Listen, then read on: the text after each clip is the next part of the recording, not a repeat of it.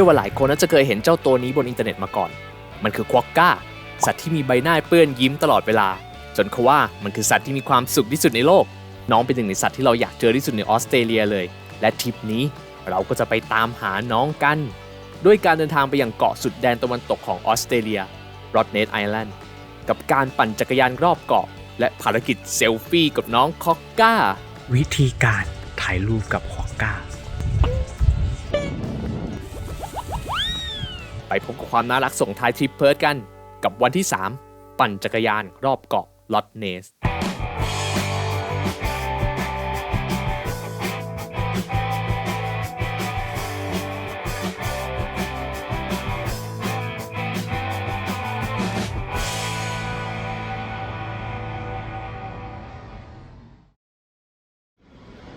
สวัสดีครับสวัสดีจ้ายินดีต้อนรับสู่ World Disney บันทึกเดินทางของเด็กติดเกมนะครับผมเช้าวันสุดท้ายของเราในเมืองเพิร์ทซึ่งเราก็มาอยู่ในเมืองเพิร์ทอีกแล้ว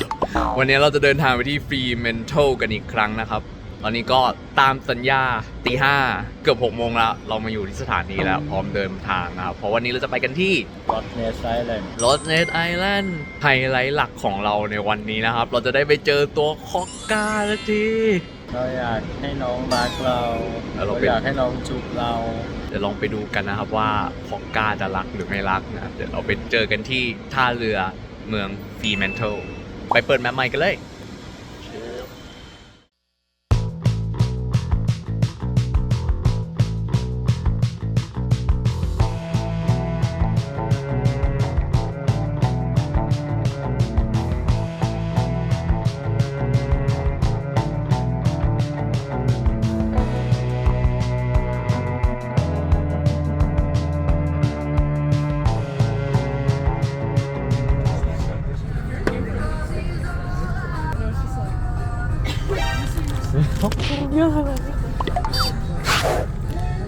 เสร็จแล้วเราก็มาถึงลอดเนสไอแลนด์กันแล้วก็เห็นเป็นเกาะเล็กๆนะครับแต่มีหมดเลยนะทั้งร้านอาหารทั้งร้านค้ารีสอร์ทมาได้ทั้งทางเรือแล้วก็ทางอากาศนะแต่พวกเรามากันทางเรือวิธีจองก็เข้าไปในเว็บไซต์ของเกาะเลยนะครับเขาก็จะมีลิงก์ไปยังเว็บไซต์ของเรือที่เดินทางมายังเกาะนี้ว่ามีเจ้าไหนบ้างและแต่ละเจ้าเนี่ยมีรอบกี่โมงครึ่งตรงไหนบ้างอย่างเมื่อวานที่เราไปเดินอลิซาเบธคีย์ที่เพิร์ทนะครับผมก็จะเห็นว่าสามารถขึ้นตรงนั้นได้เหมือนกันแต่สาเหตุที่ว่าเราต้องตื่นกันแต่เช้าแล้วเพื่อมาขึ้นที่ฟรีเมนทัลแทนเนี่ยก็เพราะว่าที่เนี่ยมันออกเช้ากว่าที่เพิร์ทแล้วก็ถึงเร็วกว่าด้วยเพราะว่าอยู่ใกล้สุดแค่ครึ่งชั่วโมงเท่านั้นเองเราเจอตัวแรกแล้วมันอ้วนจังเลยไหมคือหล่นลงมาจากก้นก็นั่นเองพอเราลงมาอีกแล้วก้อนนึงมึกนั่นไงเอามาอีกแล้วก้อนนึงก็คือมาถึงเกาะแล้วต้อนรับด้วยดูควอกก้าโอเคมาต้อนรับถึงท่าเรือเลยนะแต่ว่ายังไม่ถ่ายเพราะว่าโลเคชั่นไม่ค่อยได้ไม่ธรรมชาติเท่าไหร่แถมเต็มไปด้วยอึวันนี้คนนี้ชุดพร้อมเลอะอึแล้วใช่ไหมใช่เตรียมใส่ชุดมานอนบนพื้นเกินจิ้งไปกับอึถึงเป็นสีน้ำตาล เมื่อกี้นะครับเราไปที่ Visitor Center นะเพื่อแบบหยิบแมปอะไรอย่างนี้เรียบร้อยอยู่ตรงท่าเรือเลยแล้วตอนนี้เราจะไปเอาจักรยานกันวันนี้เราจะขี่จักรยานกันรอบเกาะเลยจริงๆแล้วถ้ามากับเรือเจ้าไหนเนี่ยเขาก็มีจักรยานให้เช่าจากเขาได้นะแต่ว่าเราไม่เห็นเว็บไซต์ก็ถ้าใครสนใจก็ลองไปดูนะครับอาจจะได้ไม่ต้องเดินมาเอาจักรยานอื่นเราแบบนี้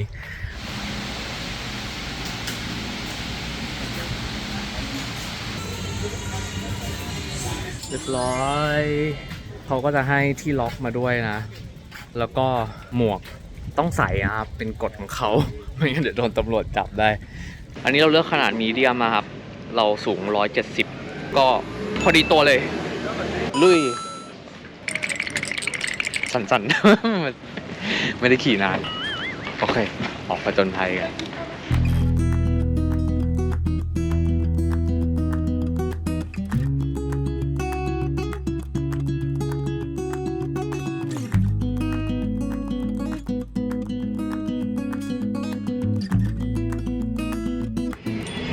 เร็วๆสิ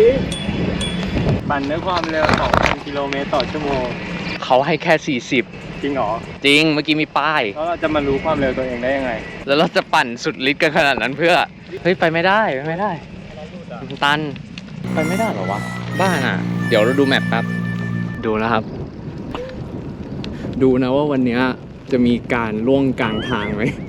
รู้สึกว่าเก่งฟิตไปหน่อยสำหรับการมาปั่นจักรยาน ช่วยไม่ได้ มีคนเร่งเราทั้งที่เมื่อกี้นางเข้าห้องน้ำต้องนานเห็นของกล้าก็เลยตาม โอเค ไปต่อ เราปั่นเลียบทะเลนี่ไปได้ไหมซ้ายมือเนี่ย ถามเราอย่าเพิ่งออกตัวดิ เราดูแมปอยู่ ไปได้ ไม่รอเพื่อนเลย แมปก็ไม่เปิด แต่ถาม นี่เรามาถึงแล้ว เข้าไปดูข้างในกัน ก้อนเนี้ยเหรอ ใช่ มันจะลงไหมวะหนอกไม่ล เอ็น ง มันเข้าไปดิ จักรยานไม่มีขาตั้งตรงนี้แหละ ของเราก็แหละเป็นปัญหาของเราพิงมันไว้ จุดจบสายพิกกี้เลือกเยอะ สุดท้ายได้อะไรมาก็ไม่รู้ ถ้าเราไม่เลือกให้นะ แข็งก้นแน่นี่เราอุตส่าห์เลือกแบบเบาะนุ่มนิ่มไม่ใช่ไปลอง เรา กด เราไม่ได้เลือก มันไม่ได้เลือกให้เรา เราเป็นคนเลือกเอง เราเป็นคนบอกเอาคันนั้น ดูแรงกดเห็นไหมว่ามันยวบขนาดไหน จ้ะ ถ้าไม่เลือกอันนี้มานะแข็งก้นแน่ โอ้จ้าเราเป็นคนเลือกเอง ถ้าสอไม่เห็นเราเลือกสอก็คิดไม่ได้หรอก แต่อันนี้แอบจริง เราอยู่ที่ Kingstown Barrack นะครับผม เป็นค่ายทหารเก่า จะเห็นจะมีปืนใหญ่อยู่ แล้วก็ดูลักษณะเป็นป้อม แต่ตอนนี้มันกลายเป็นโฮสเทลไปแล้วอุ้ยมีคนเล่นอะไรอะพาราไกดิ้งเหรอโอ้เหมือนที่นี่จะกิจกรรมเยอะอยู่นะครับ แบบว่ามีโดดร่มด้วย นี่ดีนะเขามีจุดเติมน้ำด้วยอะคิดว่าตามป้อมต่างๆ บนเกาะน่าอาจจะมีอยู่ ไม่ต้องห่วงเรื่องน้ำเท่าไหร่ครับแต่ก็พกมาเผื่อไว้ดีกว่า เหมือนคอก้าจะมีอยู่ทุกที่จริงๆเต็มไปหมดเลย วันนี้ถ่ายรูปกับน้องไม่น่ารอดนะ ดูทรงน่าจะต้องโดนสักก้อน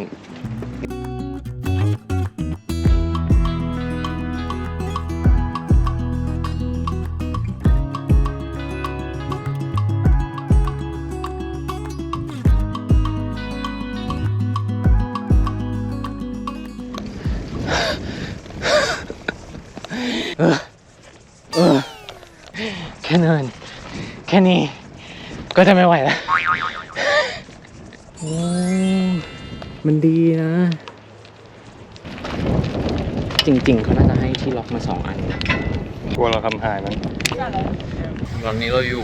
เพเรียตาร็อกนะครับผมเท่าที่อ่านป้ายดูเหมือนกับว่าที่นี่ก็เป็นจุดสน็อกเกิลลิ่งที่หนึ่งนะดำดูแบบปลาแล้วก็จะมีซากเรือด้วย มีคนมาสน็อกเกิลลิ่งในตอนนี้มาเป็นครอบครัวเลยส่วนพวกเรามาชมวิวเฉย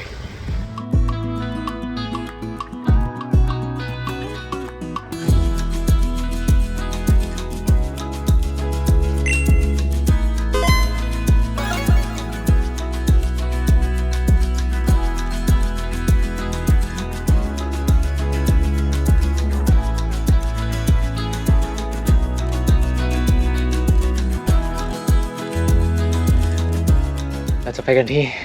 Oliver Hill Battery ครับผม อันนี้จะไม่ใช่แบบเลาะริมหาดละแต่จะเป็นเข้าไปตรงกลางเกาะยอมแพ้แล้ว ถ้ามันไม่สวยนะ ก็บนนี้นะครับคือ Oliver Hill Battery นะ เป็นปืนใหญ่ตั้งแต่สมัยปี 1937 สามารถยิงได้ไกลสูงสุดถึง 28 กิโลเมตร แล้วข้างล่างเนี่ยเขาก็มีอุโมงค์ด้วยนะครับผมซึ่งมันจะมีทัวร์ให้เราสามารถซื้อเข้าไปได้นะเหมือนจะเริ่มตอน 10 โมงกับบ่าย 2 เท่านั้น Oliver Hill Battery แบตเตอรี่แปลว่าอะไรครับ ไปแล้วกับเหนื่อย เรายังไม่ได้ดูวิวตรงนั้นเลย วิ่งไปดู ตอนแรกก็งงว่าแบตเตอรี่แปลว่าอะไร พอไปเสิร์ชดูมันแปลว่าปืนใหญ่ของทหารด้วยนะครับผม เห็นไหมถ้าเราไม่ขึ้นมาถึงบนนี้เราก็จะไม่รู้ว่าแบตเตอรี่หมายถึงอะไร เรา Google ก็ได้ เราเปิดดิสก็ได้ เป็นไงครับวิวสวยใช่ไหมล่ะ ต้องงั้นแหละ เห็นไหมถ้าเราไม่มาถึงตรงนี้เราก็ไม่เห็นวิวนี้ เราตามใจมาเยอะแล้วได้เวลาตามใจเราบ้าง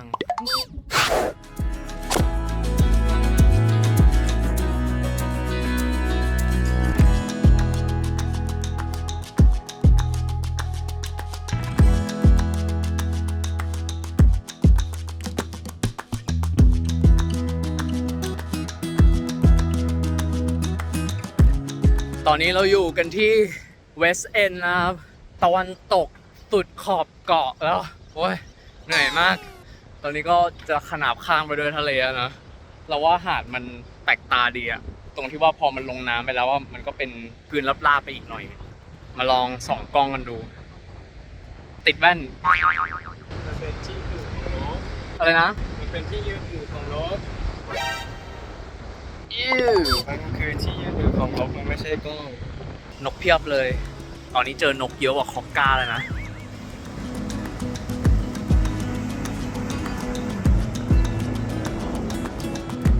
เป็นจุดที่สวยมากเราชอบทั้งโขดหินทั้งน้ำทะเล แต่ว่าต้องมาสุดตะวันตกเลยเรียกว่าลำบากอยู่ จุดนี้ผมขอไปโอลิเวอร์ฮิลเยอะ เห็นไหมเราก็ตามใจไง เพราะตอนแรกเราไม่ได้ใส่จุดนี้มาในแพลนแต่เขาอยากมาเราก็ขี่มาด้วยนะขี่มันต้องไกล ซอเป็นภาระเราซอเคลื่อนที่ช้า ฮัลโหล อยู่ไหนมันก็ต้องรอกันบ้างไหมที่ตอนเราขับไปแล้วตัวเองหยุดถ่ายรูปแล้วยังแบบขี่กลับมารอเลยตอนเห็นว่าหายอ่ะเท่าที่ขี่มาตอนเนี้ยเราปวดเข่ายิ่งกว่าเดินเทรลทั้งวันอีก ถ้าไม่ใช่คนที่แบบแรงเยอะขี่จักรยานคล่องๆอยู่แล้วนะเอาสกูตเตอร์หรือขี่จักรยานไฟฟ้าดีกว่านะครับผมตอนนี้เรียกได้ว่าเราน่าจะถึงครึ่งหนึ่งของรูทละ เดี๋ยวไปกันต่อเพื่อให้กลับทันท่าเรือก่อนเย็น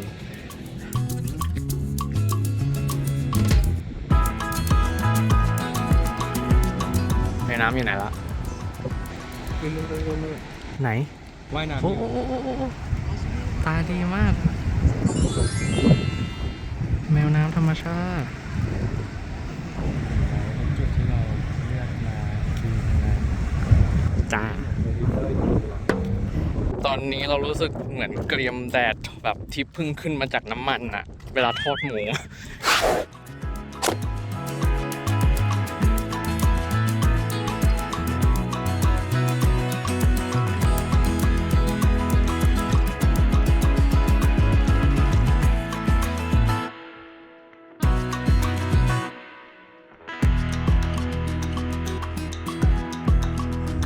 กลับมายังจุดเริ่มต้นแล้วนะครับผม ทั่วเกาะเจอคอกก้า3 ตัวท้วน เราก็เลยกลับมาตอนแรกดูนะว่าจะเจอน้องหรือเปล่าแล้วตอนนี้ก็เจอ1 ตัว เพราะว่าถ้าไม่ได้รูปน้องกลับไปนี่ก็คือไม่ได้ปะดูนะครับว่าจะสำเร็จไหม วิธีการถ่ายรูปกับคอกก้าก้มต้องก้มทำตัวให้ตัวเล็กเข้าไว้ แล้วเข้าไปช้าๆไม่งั้นน้องจะกลัวมองแล้ว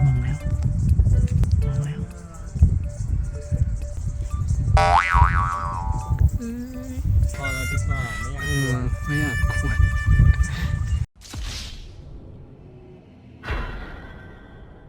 ตัวแรกล้มเหลวมิชชั่นเฟล น้องบอกอย่ามายุ่ง ถ้าน้องดูไม่ค่อยอยากจะยุ่งด้วยก็เปลี่ยนตัวครับอย่าไปรบกวนเยอะ เก็บความรู้สำหรับคอกก้าก็คือมันน่ารักมันนุ่มนิ่มแล้วมันก็โดดเด้ง นี่เรื่องความรู้หรอ ใช่นั่นคือทุกสิ่งที่ทุกคนจะเป็นจะต้องรู้เกี่ยวกับคอกก้ามีแค่นั้นแหละ รู้หรือเปล่าว่าคอกก้าเป็นสัตว์ตระกูลมีกระเป๋าหน้าท้อง อันนี้สิสาระจริง เขาบอกว่าเป็นสัตว์ที่มีความสุขที่สุดในโลกนะเพราะว่าหน้าน้องจะเหมือนยิ้มตลอดเวลา แต่ว่าเท่าที่เราเห็นนี้น้องก็ไม่ได้ยิ้มเท่าไหร่นะหรือว่าน้องไม่ชอบว่าอาจจะลมณ์บูดอยู่ คอกก้าเป็นโปเกมอนระดับไหนคอมมอนอันคอมมอนแรร์ น่าจะเป็นระดับปิกาจูก็คือ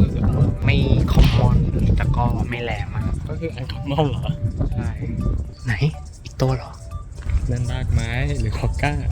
มันรกมากเลยแกตรงเรากลัวจะมีงู เราจะได้ถ่ายรูปกับงูด้วยเราจะได้รูปหัวงูด้วยนะ เจอตัวที่2แล้ว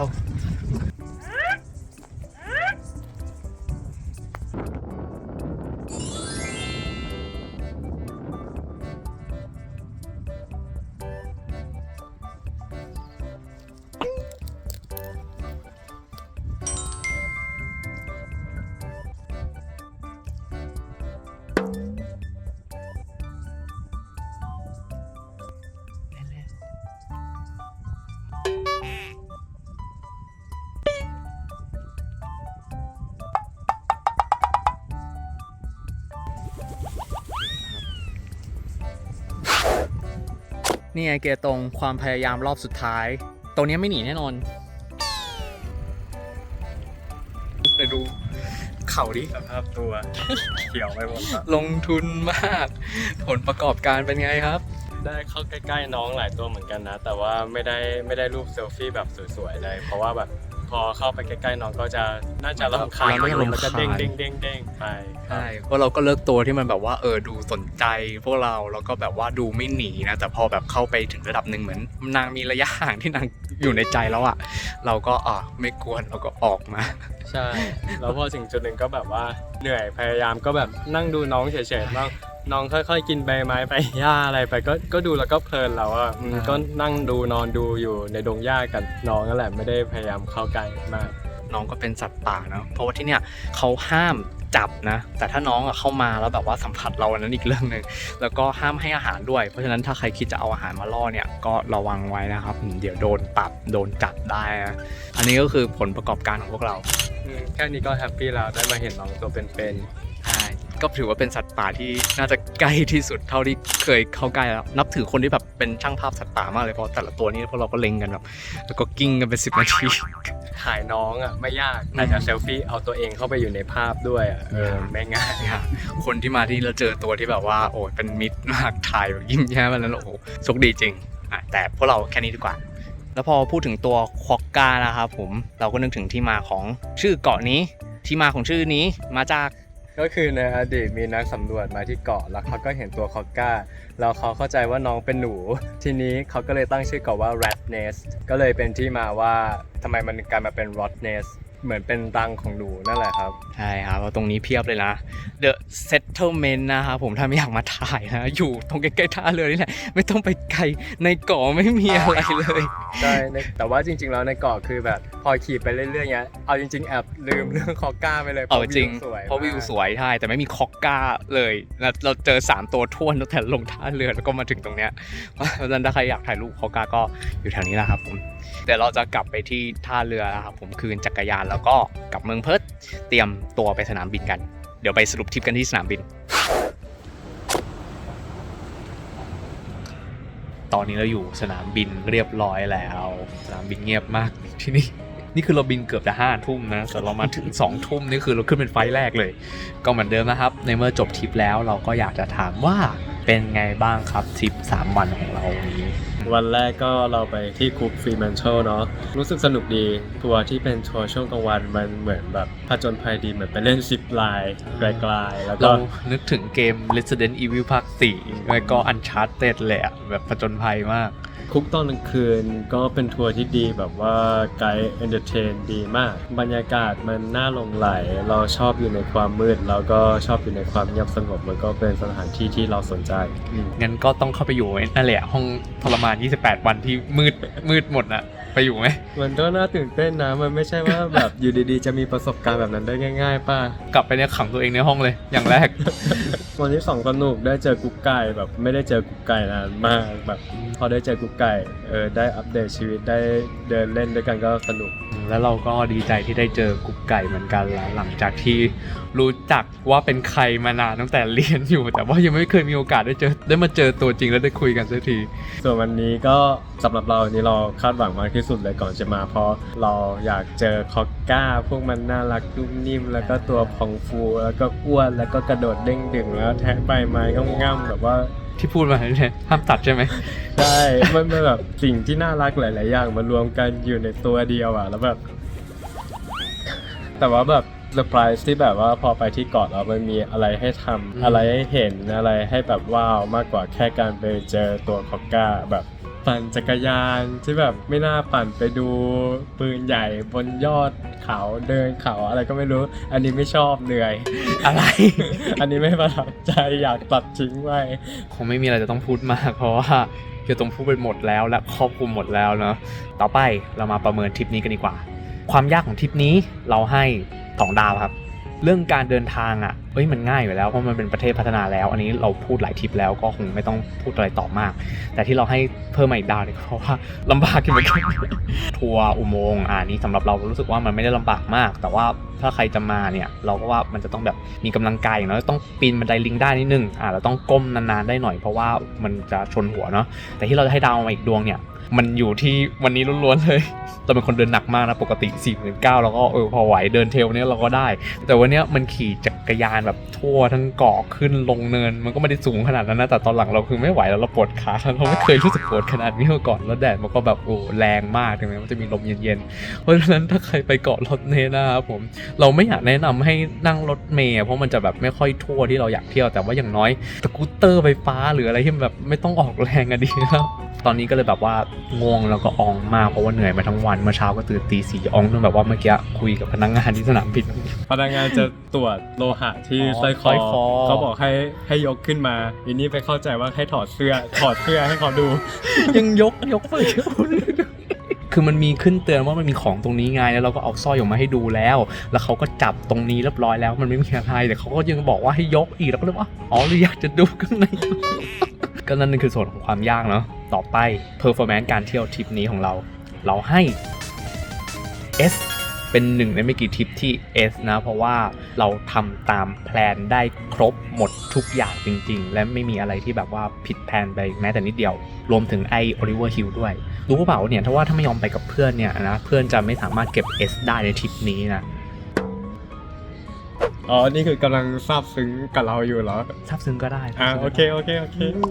เค เดี๋ยวเราจะบินกลับซิดนีย์กันละสำหรับทริปหน้ายังคงอยู่ในออสเตรเลียนี่แหละเพราะพวกเราตั้งใจกันว่าปีเนี้ยเราจะเก็บที่อยากไปหลักๆในออสเตรเลียให้ครบหมดเลยซึ่งมันก็จะเหลืออีกประมาณ 4-5 ทริปส่วนทริปย่อยๆจะเกิดขึ้นไหมอันนั้นอีกเรื่องหนึ่งค่อยต้องติดตามดูกันสำหรับทริปนี้เราคงต้องลากันไปก่อนนะครับผมแล้วเจอกันใหม่แบบหน้าบ๊ายบาย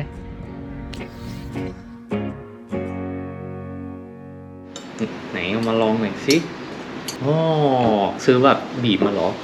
ไม่ใช่นะครับผมเขาบอกว่ามันเป็นของที่ชาวออสเตรเลียชอบแต่ชาวต่างชาติเกลียดแล้วก็มีเกือบทุกครัวเรือนนะเห็นว่ามีสารอาหารมากบางทีเขาก็กินเป็นอาหารเช้ามักจะกินคู่กับขนมปังมันทำจากยีสต์ที่เหลือจากการหมักเบียร์เห็นราคาแรงอยู่เราก็เลยไม่กล้าซื้อเองแต่ว่าเกียรตงซื้อมาแล้วแล้วก็กินไม่หมด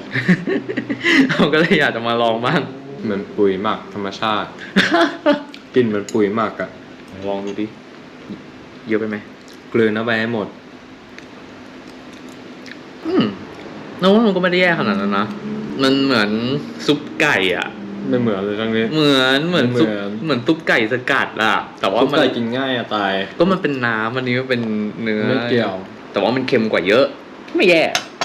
ไม่แย่แต่มีอย่างอื่นกินก็กินอย่างอื่นเถอะ